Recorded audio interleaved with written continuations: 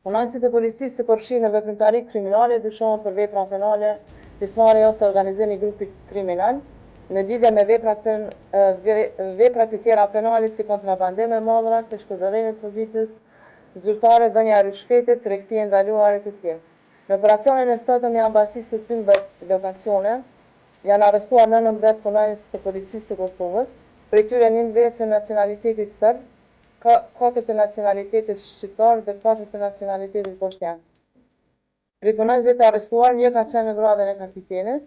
komandant stacioni, 3 në gradën e vështerit dhe të tjerë zyrtar policor.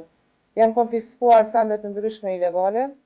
që do të shërbejnë si provë materiale në procedura penale si armë, pajisje teknologjike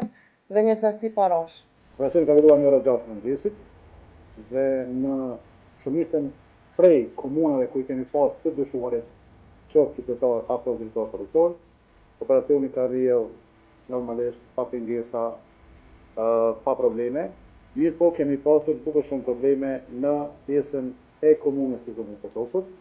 me qenë se qysh në mëngjes, me të nisur policia për realizimin e urdhrit të arrestit dhe mbastisjes së gjitha lokacioneve,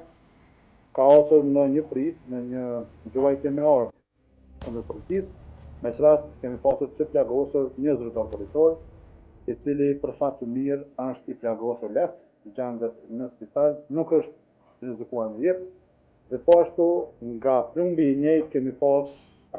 të goditur edhe një zyrtar policor tjetër, por me qenë se shliqia e plumit ka qenë amortizuar, me qenë se ka të përtuar në zyrtarin policor, nuk ka arrit ta shpoj edhe zyrtarin policor tjetër, mirë po e ka godit duke shkaktuar madhjosje.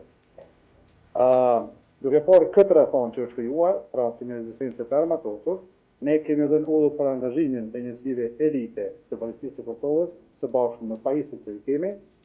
dhe kemi filluar në mënyrë progresive që ti eliminojmë barikadat në rrugë, që kanë qenë të shumta, dhe të depërtojmë deri në Zubin Potok, me që rast kemi arritur që ti basisim, i kontrollojmë shtëpit, lokacionet që i kemi pas në plan sipas urdhër arrestit. Mund të them që kemi pasur edhe 3 zyrtar të tjerë të lënduar, por vendimet kanë qenë jo nga ana të gjatë, kanë qenë vendime gjatë për pjekjen e barikadave në rrugë. Dhe po ashtu sipas informatave që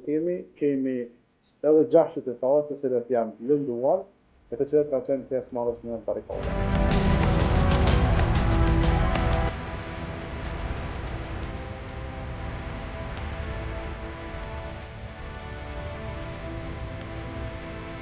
Aksionin ndërmarrën në një hapësirë të zërë të Republikës së Kosovës, ku ka të arrestuar edhe zyrtarë, edhe qytetarë në komunat të ndryshme të Kosovës, të nacionaliteteve të ndryshme, shqiptar, serb, bosnjak. Është arrestuar edhe një rus që është kamufluar në petkun e diplomatit për të penguar policinë e Kosovës në aksionin e tyre. Ftoj gjithë qytetarët e Kosovës pa dallim etnie, por se gjithashtu ata në veri, serbët në veri, që të marrin këtë çështje si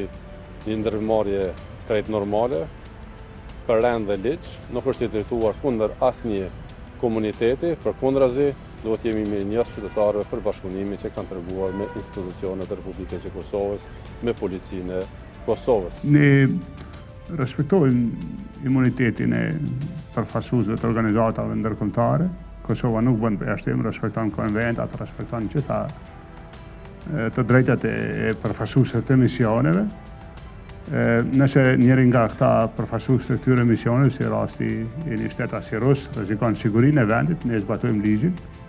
bashkë konventave ndërkombëtare, pra këta bën Kosova dhe në këtë rast. Ne zbatojmë pra ligjin bashkë konventave ndërkombëtare. Nuk po du ta shmendëlie këtë rast individual me agendën e Rusisë, dihet agenda e Rusisë cila është një agendë destabilizimit.